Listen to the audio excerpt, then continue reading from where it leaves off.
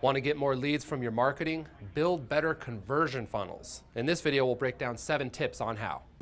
Hi, I'm JB with Marketing 360, and we help small businesses grow with our marketing and design, talent, and technology through our #1 marketing platform, Marketing 360. We call marketing and design mad, and we love mad. And hopefully these videos will help you fall in love with mad too. So make sure to follow us to learn tips, tricks, and strategies to grow your business and fuel your brand.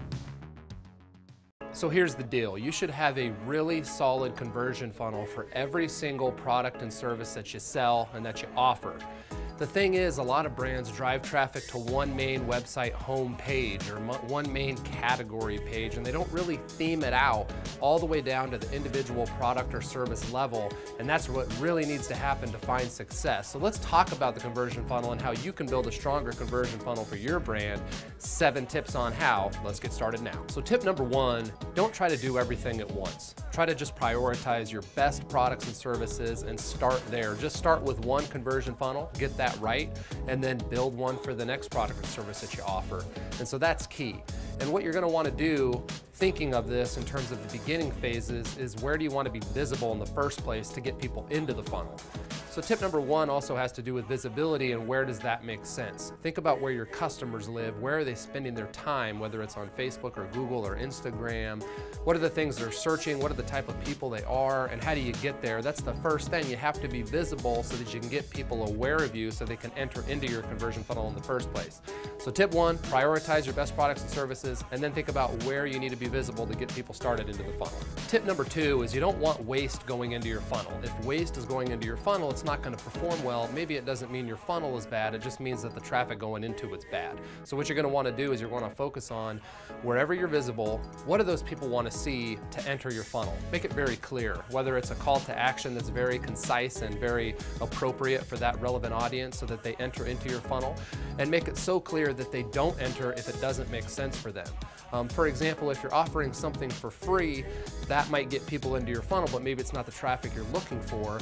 Maybe you want to say it's free, but it's a 7-day trial, or there's an additional charge for something just to prevent wasted clicks. You don't want wasted traffic going into your funnel. So think about what your audience really wants at the end of the day, give that to them, and make sure that you deliver on that in your funnel, and you'll see a higher conversion rate. So tip 3 is where it really starts with the conversion funnel, and that's your landing page. So when somebody sees you on your Facebook or Instagram or where you want to be visible, they see that call to action you really thought hard about, it's enticed them to click into your funnel. This is when they enter your funnel, and that's called a landing page. Your landing page needs to be concise and make sure that it lines up with what they saw on the advertising copy. If the advertising copy matches the landing page copy, you're going to have a higher conversion rate.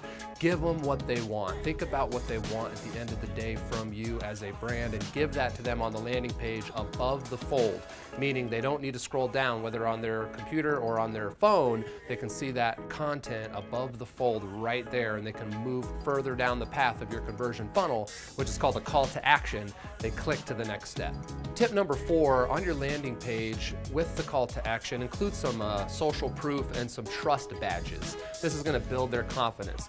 Maybe people are hesitant to take that next step, to go to that next step of your conversion funnel, and seeing things like your number of ratings and reviews and how high those are, maybe some of your affiliations and awards and accolades you've won over the years, how many followers you have on social media. All those little things subliminally build trust in our mind to get the user to take that next step and move further down your conversion funnel path. Tip number 5 is to make sure that you retarget the people that enter your funnel. Not everybody's going to go into your funnel and reach the end, which is becoming a lead or making an online purchase, and ending up with the goal that you want them to end up with in the funnel. They're not going to all do that when they enter the funnel, and that doesn't mean it's bad traffic. It just means that they got interrupted. Maybe they're not ready to buy right now or call you right now.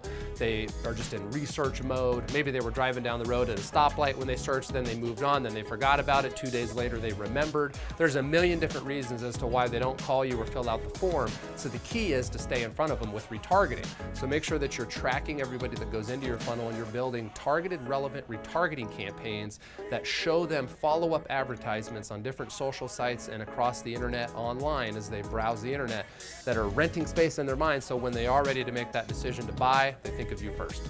Tip 6, after somebody converts through your conversion funnel, they get to the end, success, right? Make sure that you follow up with them. Enter them into your CRM database. Make sure that you follow up with automated email campaigns and continue working with those customers to increase their lifetime value. If you can get every customer to buy from you just one more time, think of what that does to your revenue. And if you have leads coming in, if you can close just 10% more of those leads into accounts, think of what that does to your revenue. And that comes down to marketing automation and using tools like a CRM and email marketing automation to generate that nurturing cycle that you need to drive more revenue down the road. Tip number 7, make sure to follow up after somebody does become a customer and thank them. And after you've complete the work or you ship them the product, ask for a review. If you can get every customer to send a review in about your brand, that's a positive experience. That's gonna bring you more business in the future. And if they can send a referral, that's even better. Think of every account as a twofer. If you could make every account and every customer a twofer, meaning they bring you one more, that doubles your revenue. You're getting twice as many sales for the same marketing dollar because you're asking for reviews and referrals. Bonus tip of the day, check out your competitors' conversion funnels. Look at their advertisements online, click into them. Do they have a landing page that matches the ad copy that got you to click? And then what's the conversion funnel look like? What's their call to action? What's the next step? How easy is it? How fluid is it? If you can just, you don't have to reinvent the wheel. If you can just take what's working out there in the world, make it work for your brand, that's gonna speed you ahead in your process of seeing results. So thanks for watching. I appreciate your time. Please share the video if you have somebody that you think this would make sense for. Follow us for more content like this in the future. We appreciate your business and your time, and happy marketing.